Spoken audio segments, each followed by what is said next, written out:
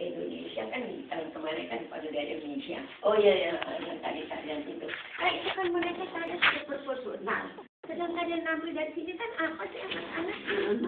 Coba saya nggak mau ngomong. Dia saya nggak mau dia main. Saya baru tahu Pak Vicky ini orangnya bagaimana. Kita kan belum kenal saya nanti kalau harus saya ngomong. Nah jangan dibandingkan anak kita di sini dengan yang dari Jakarta. Maksudnya supaya mutunya gimana siapa ini anak siapa?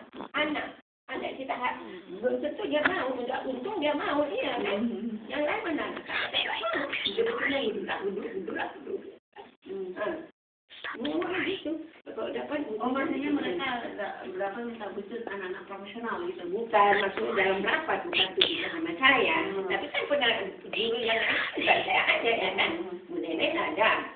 Oke lah kalau